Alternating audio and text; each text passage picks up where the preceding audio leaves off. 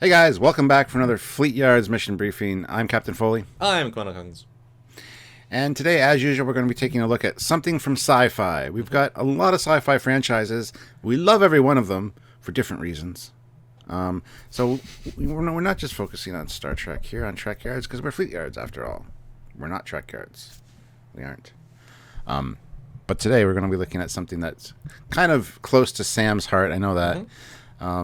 And something that I don't know a lot about. So this is always fun when we can show each other something that the other one might not know about and kind of learn a few things. So I'm excited for this one, and this is a unique one for sure. Well, we certainly try and bring a ship in that one of us knows a bit about, and then we can help each other. If we both brought a ship we know nothing about, we'd just be asking random questions the entire time.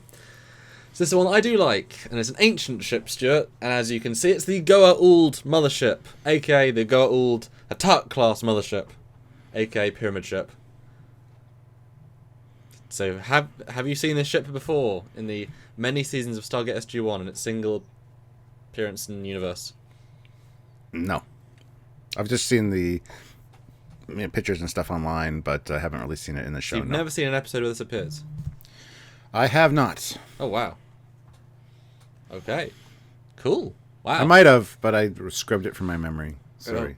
Yeah, it's funny because Stargate is an interesting, very, very interesting show because it evolves, probably one of the most evolutionary shows out there, because you start off from absolute human perspective of our technology, our understanding, and each season as we grow, as we go out into the galaxy, we learn things. Eventually we get our own fighters, their own spaceship, their own advanced spaceship, and we understand the other ships and we can reverse engineer those ships, and it's an absolute progression. So early on, the season 1 ender is 2 of these ships are attacking Earth, and yet in one of the movies it's like 66 ships are attacking Earth, and we can still have a hope in defeating it.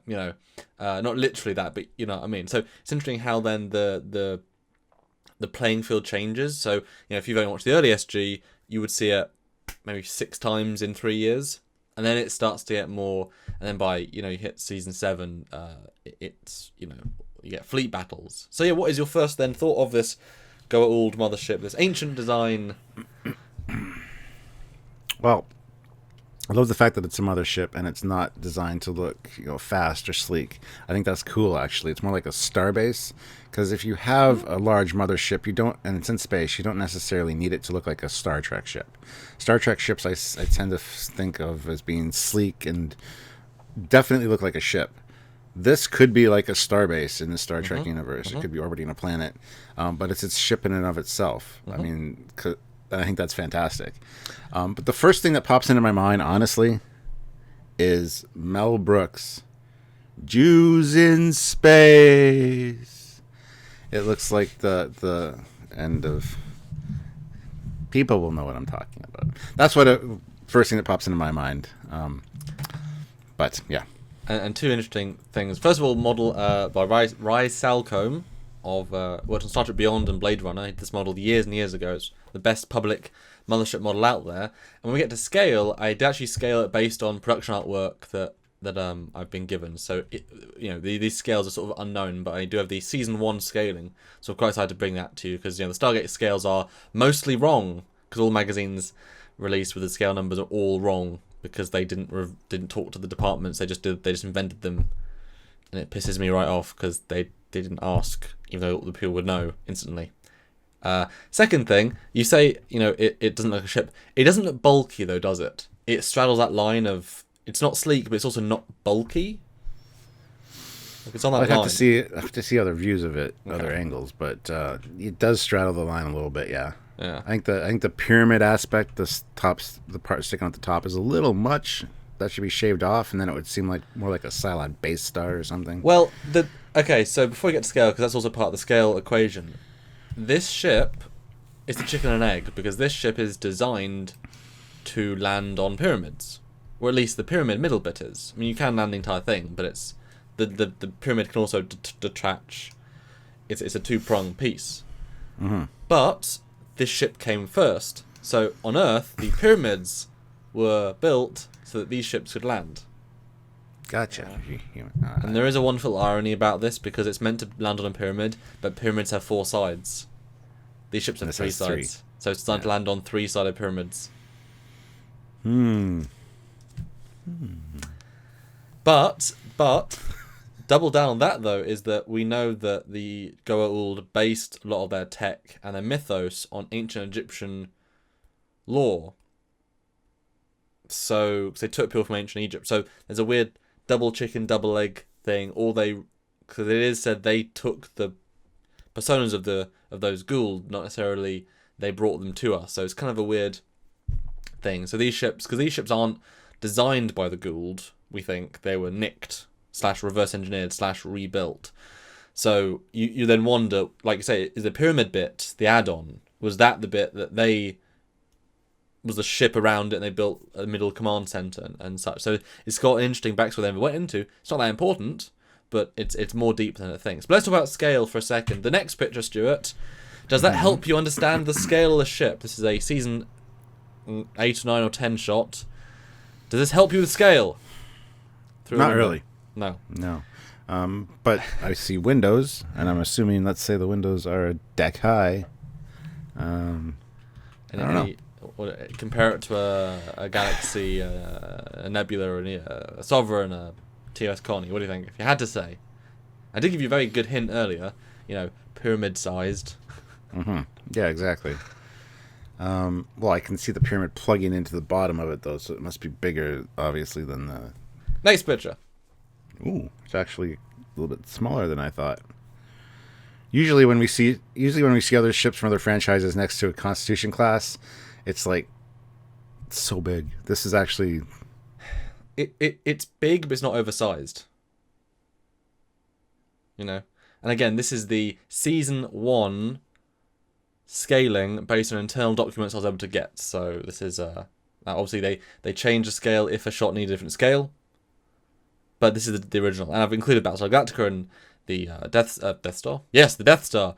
No, the Star Destroyer. So that's a good sense of these 2 warships of these other eras and these other things. And I think in a fight it would look pretty comparable to those. But in Trek, obviously, it's big. Not really. Not when you see the Galaxy class there.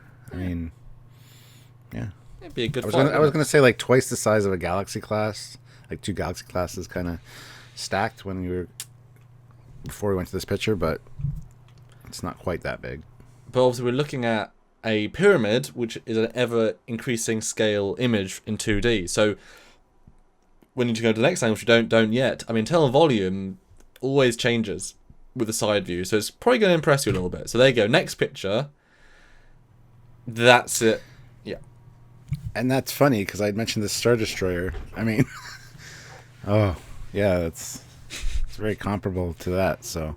Yeah, it's designed to have over 2,000 troops. They are ships of yes, you have these inter-ship battles, but for the most part, the Goa'uld fight amongst themselves. They all use identical kit, or to subjugate races, in which case you would either land this ship and let the troops out, or beam the troops down and let the troops out. So it's about subjugating populations and then bringing things aboard. And it's interesting, if you look on the Stargate wiki, it says 700 meters, which is it's about 1,000 is the actual scale. So the magazines were wrong. And yes, they might have tweaked the scale later on, but that there's a base sizing. So I'm pretty happy to. Production documents are quite important. So this is the scale I'm gonna call it. And you can see the Prometheus there, the X303, which is above the Star Destroyer. I love how much grey these ships are, and gold. Yeah, wow. Bit of flair. Yeah. But you can see, our first ship. It's actually not. It's pretty big compared to them, but it's still not like huge. So it's yeah. Any thoughts on this side? I was going to say compared to a Constitution class, it's still pretty big for a ship. So, the size of a pyramid is interesting because there is a lot of internal volume. So you said 2,000 troops. Yes.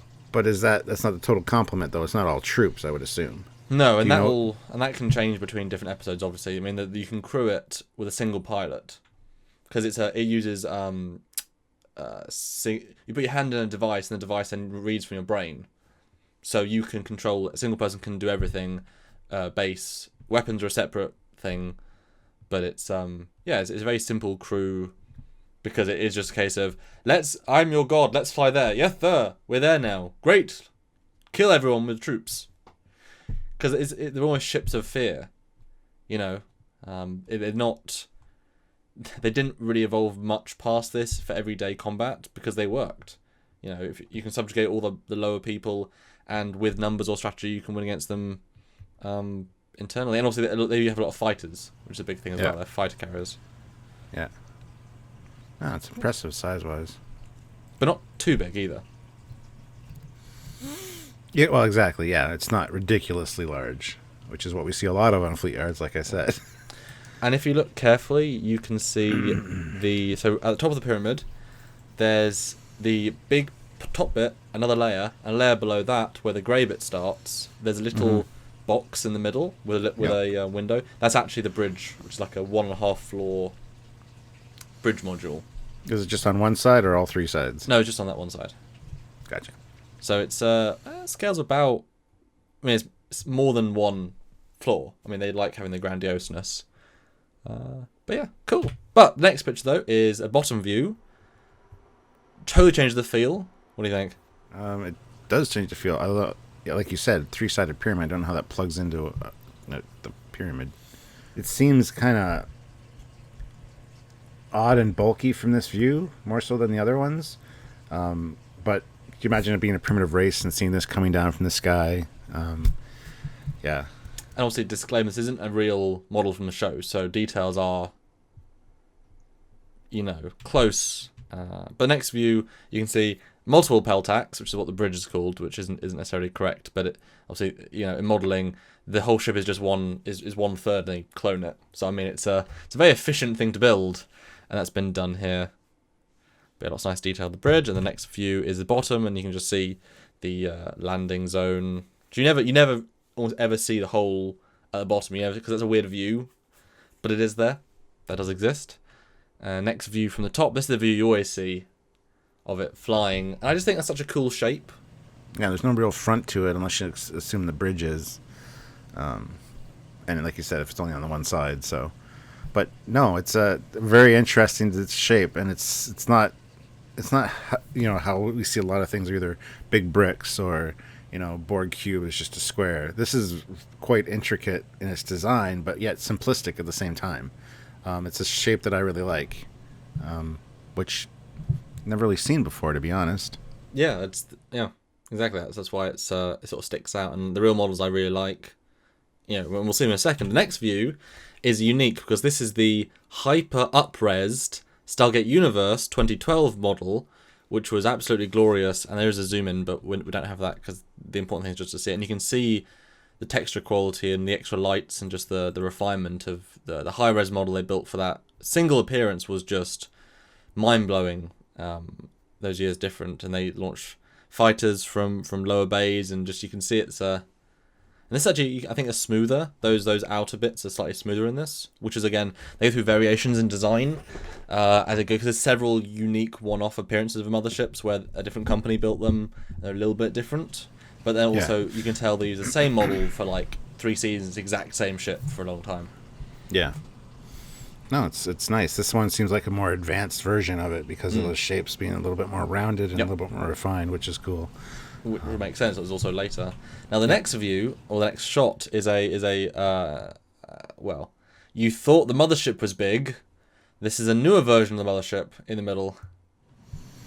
Wow. See, that seems more like a starbase to me. Yeah, that's I'm not going to say anything more about it.